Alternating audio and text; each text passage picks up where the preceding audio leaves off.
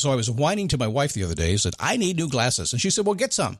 I couldn't tighten them anymore. They were scratched. You know the thing, right?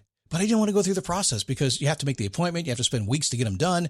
And you got to pay a fortune, right? That's real. But I did.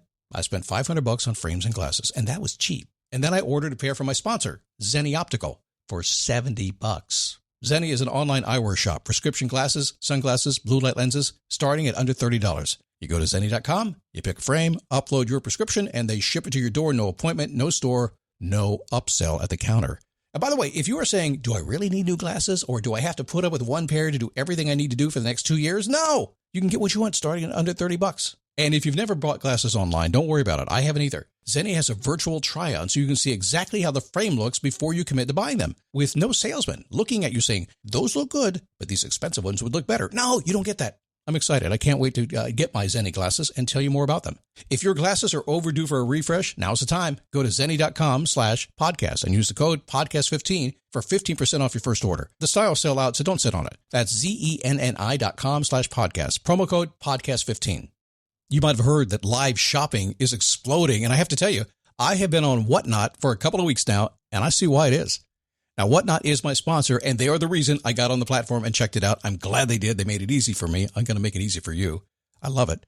Whatnot is where you get great products without paying full price. It's that simple. I'm hooked on their live shows, too. You got to see them. They're so much fun. And I see why Whatnot has climbed to the top of the App Store.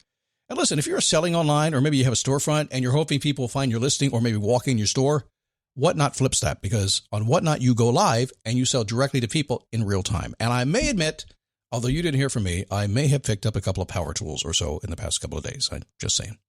Whatnot, it's the largest dedicated live shopping platform with beauty, collectibles, electronics, luxury, fashion, even cookies, and anyone can sell. In fact, people who sell on Whatnot sell 10 times as much as any other major marketplace. That's because you're not just listing products, you're building real connections with buyers. So whether you're shopping or you're selling, download the Whatnot app today and get free shipping on your first order. Just search WHATNOT, Whatnot, in the App Store and start scoring amazing deals.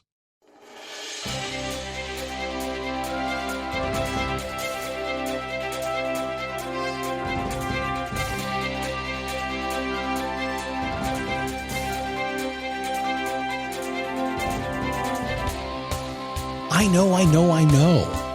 You have been told to get into action mode and go, do, get it done now. Come on, you can do it. That's how you get to what you want in life, right? But what if doing nothing was better? I mean, really, you got more done by doing nothing. What if, is it possible? Yes. And we shall talk about that today on the Daily Boost podcast from motivationtomove.com. Life begins when you move, but sometimes you get out of bed and you think, I don't want to move. I want to hit the snooze alarm one more time. Or somebody is mean to me at work and I don't want to go in today. I'm just tired. I partied all weekend long and it's Monday morning. I don't want to do it, you know? It's one of those things. So how do you do that? How do you keep going? How do you make yourself just do what the things that you say you want to do so you get the things you say you want? Always perplexed me. It always has. To be honest with you. Come on. It's like people call me up. They say, hey, Scott, this is what I want to do. I say, great. Tell me what you want to do. I'm going to make a couple notes.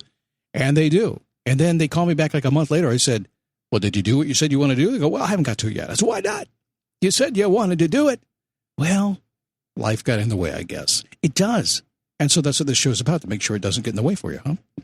Oh, by the way, my name is Scott Smith, founder, chief motivating officer here at motivationtomove.com. I have been very careful for the past month as we sojourn around the country to make things sound really great and really perfect and really excellent if I can. But today, you notice a slightly different sound.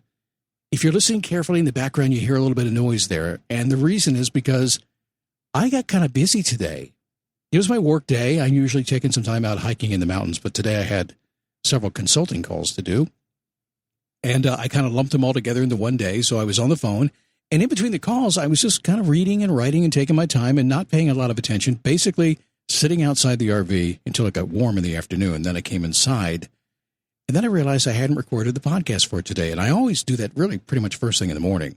Because when the sun comes up in the mountains eventually, in the summertime, it gets warm. And that's what happened today. It's like 90 degrees. So I'm inside the RV at 90 degrees right now recording. And I have this fancy thing here.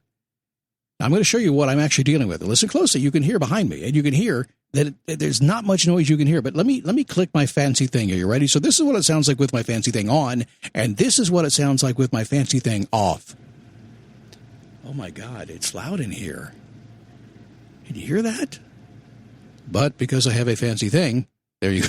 I've never been told I had a fancy thing, and I don't think I've ever said I had a fancy thing. But there it is. I want to apologize for that because I try not to. It'll be that way today and tomorrow because it is so hot, and we are focusing on some travel and moving on. But now I want to chat about something that I think you should pay attention to today. This is kind of one of those concepts that I spend a lot of time thinking. In fact, I've been thinking about this concept today a lot, and that's one of the reasons I'm sitting here recording with my fancy thing right now, because I got so into this today, and then I tested it out on a couple of clients I was talking to. It was awesome. So before I begin, I want to define something for you, and that is what I mean by doing nothing, because doing nothing is sometimes better than doing something. So let me define it to you. I don't see doing nothing as unproductive. Whoa, wait a second, Scott. We should always be busy doing something. No, not really. I'm a high-performance individual. I stay busy. It's okay. That's cool. You'll figure it out eventually. We're busy sometimes, busy a lot, no doubt about that. But I don't see doing nothing as being unproductive. Instead, I see nothing as a protected personal space that lies between your thoughts and your actions. Whoa, it's that cool spot between the time things come into your mind and the time you do something about it. That's what I see it as. That's where nothing is. It's a place that provides contemplation and planning opportunities before you launch into your massive action and your focused action designed to reach your outcome and your achievement of your goal.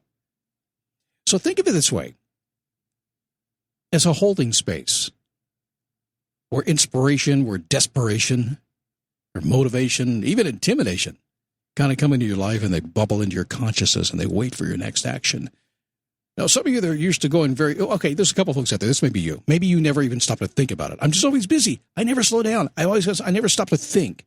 Some of you just think all the time and don't do anything. Others don't know how to do nothing, just to sit, to go walk up in a mountain and not think about anything and walk through a stream and think about nothing but, wow, it's cold. Some of you don't know how to do that. I get that. But you ought to learn. Doing nothing is a space. It's got us sitting down watching Netflix doing nothing. No, it's sitting down watching Netflix. Serious. Can you sit down and watch Netflix and still do nothing? Yeah, you can. Yeah, you can just be in that spot where you're not moving forward, not doing backwards. You're just not doing anything. You're just there. Allowing that space. Allowing time for you to ponder and contemplate your inspirations, your desperations, your motivations, and your intimidations.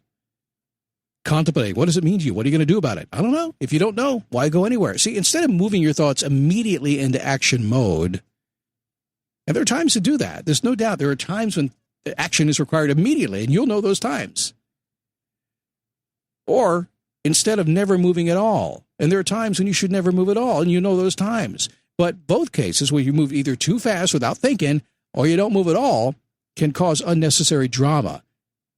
So you kind of purposely quarantine your thoughts until you are assured of your success plan and you're ready to take new action. That's what I'm talking about here. So let me dig into this a little bit deeper. I will tell you this, that when I finally learned to do that, when I learned to go into that space, and this is just how I personally define it, it's a space, my nothing for me, because I'm a busy guy, I think a lot. My space of nothing is where I just don't worry about worry. I don't worry about it. I just put it there and sit there and park it there and knowing it's there. It's kind of like using the David Allen system of getting things done. Put it in a trusted place, knowing it's there, and don't worry about it. So here's what nothing looks like to me. I think you'll like this if I do this. Here's what it looks like when you're going to be doing it. Number one, all thoughts and potential actions that arrive in your mind are kind of held in an evaluation period. They've been quarantined. They don't have to wear a mask in there, though. It's okay. All thoughts that come in, potential actions that arrive in your mind are held for evaluation. Okay, so what else can we do, Scott? Because you said I can do things fast sometimes. You can. You're going to take those thoughts and those potential actions, and they're going to park it there just for a second. You're going to evaluate it, and you're going to move when you need to move. But number two, unless they're based on previous decisions and cleared for instant action, it's like flying an airplane. You're not going to take off until you're cleared to fly. Got to get your clearance, right? So if you've already done that, if you've already had actions, you've made decisions in your life, you know that when certain things happen, I move fast. When certain things happen, I don't move at all. You made up your mind about what those actions are going to be. It's kind of a value-based thing, actually. You know that when the boss calls, you pick up the phone, or maybe you have an experience where when the boss calls, you don't pick up the phone. In any case, you have previously decided what action will take place or not take place. You've cleared that for you to do. In that case, that just happens. Anything else is going to go in for evaluation. So that's the holding space. So let's go back to number one. Everything is held for you to evaluate, unless you previously decided what comes in front of you needs to be acted on now and leads directly to the vision you have for what you want in your life. Key point there. Not going to spend a lot of time on that today.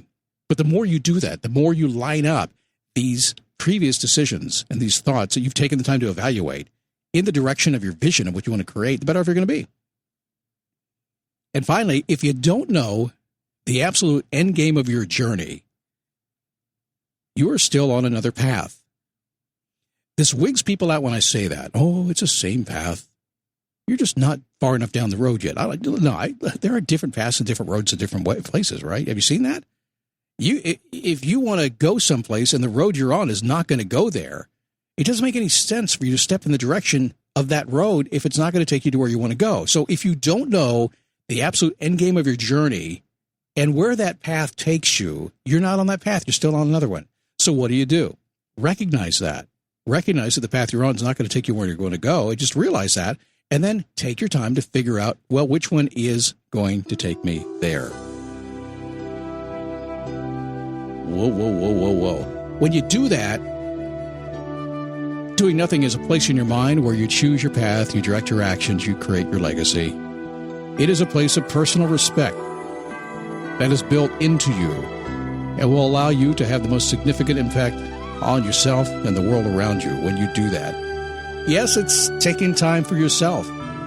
It's holding back the hordes of information coming your way and deciding how you are going to move yourself forward. Now, I don't know about you, but I get a lot of good thinking time when I'm doing nothing.